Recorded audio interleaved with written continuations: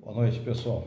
Vamos aqui bater mais um papo de sábado com vocês. Tá bastante frio, né? Friozinho bom aí, fazia tempo que a gente não pegava um friozinho bom desse aqui em São Paulo. Mas estamos aí para bater um papo de sábado. Sábado passado a gente falou um pouquinho sobre equilíbrio.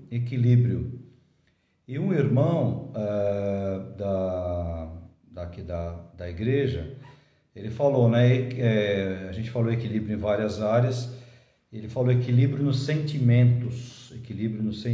Eu pensei bastante nessa questão de equilíbrio nos sentimentos, né? E é interessante, é um equilíbrio num tempo difícil.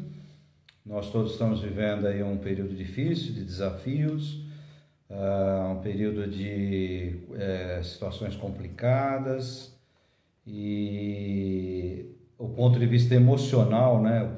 Equilíbrio no ponto de vista emocional, ele realmente é uma coisa complicada, porque cada um sabe trabalhar com o seu emocional de uma forma.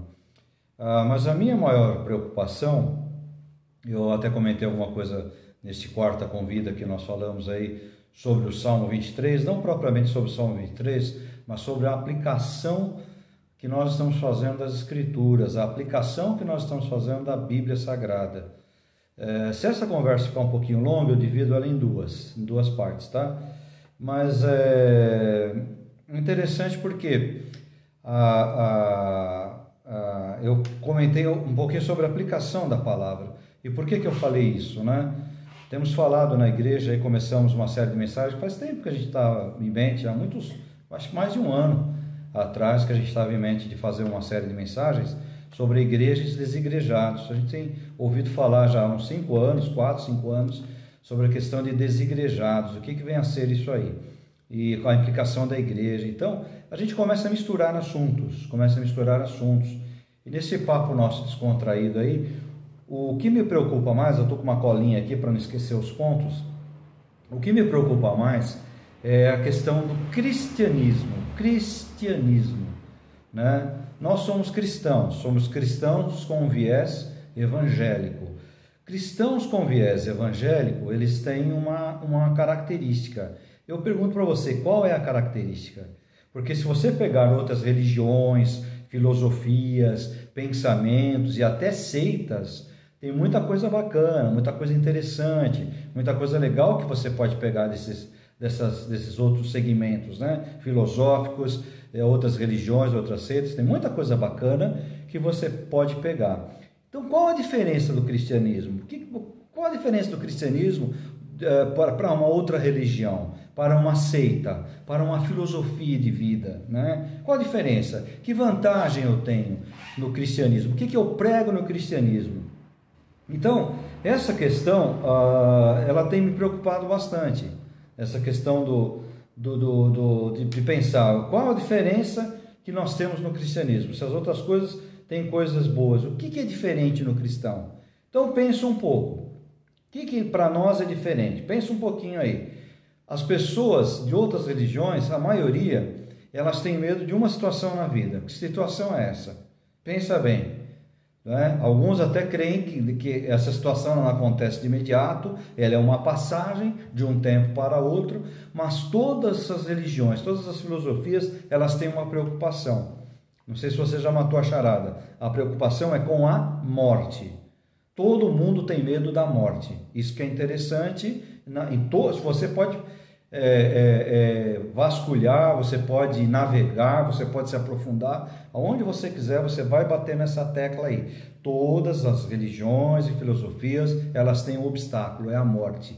E eu pergunto, o que diferencia, ou deveria diferenciar, o cristão, o chamado cristão, das outras religiões? O medo da morte? As outras religiões têm seus reis, seus heróis, seus príncipes, né? As pessoas que são importantes para eles, seus mártires. E nós, né? Nós temos, quem é o nosso mártir? É o apóstolo São Paulo? É o apóstolo Santiago? É o apóstolo São Lucas? Quem é o nosso mártir?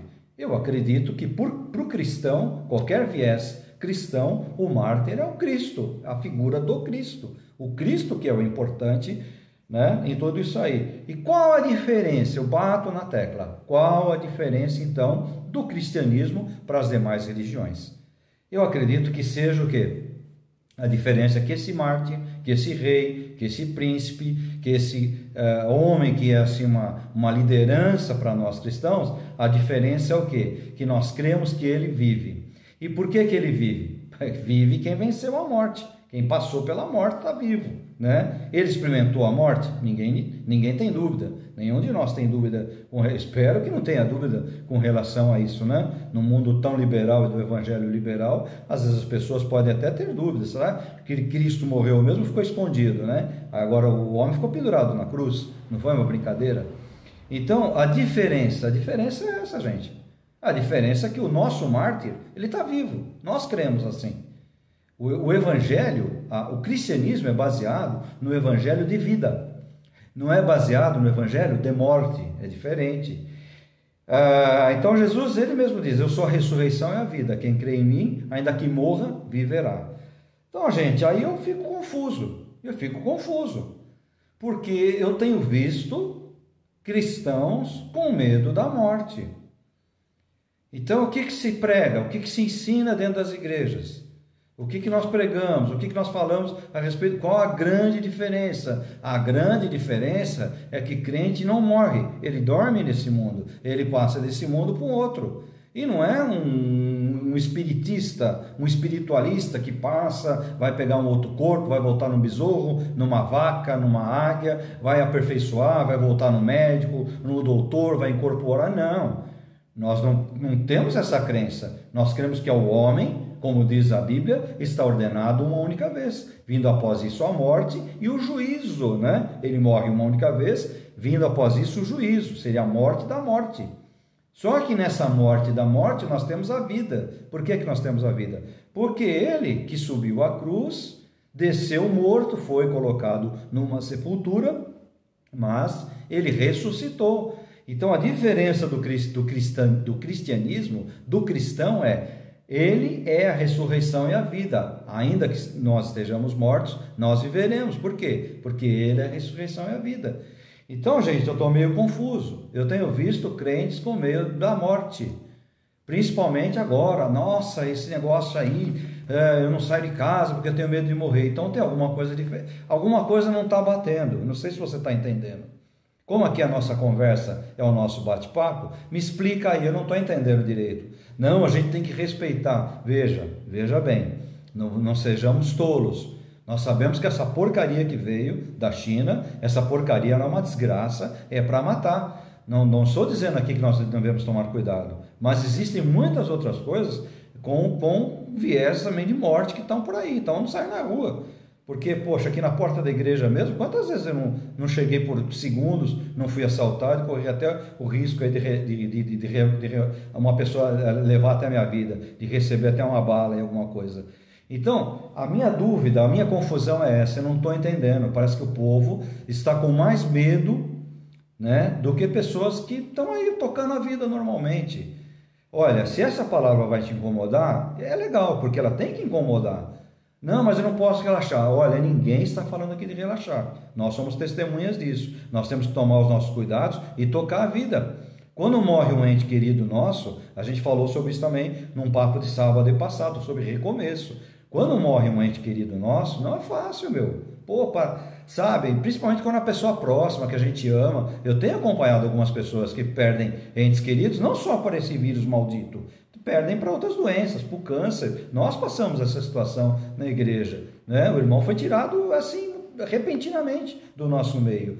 Por isso, então, nós vamos parar e acabou a vida. Então, a vida ela tem essa situação.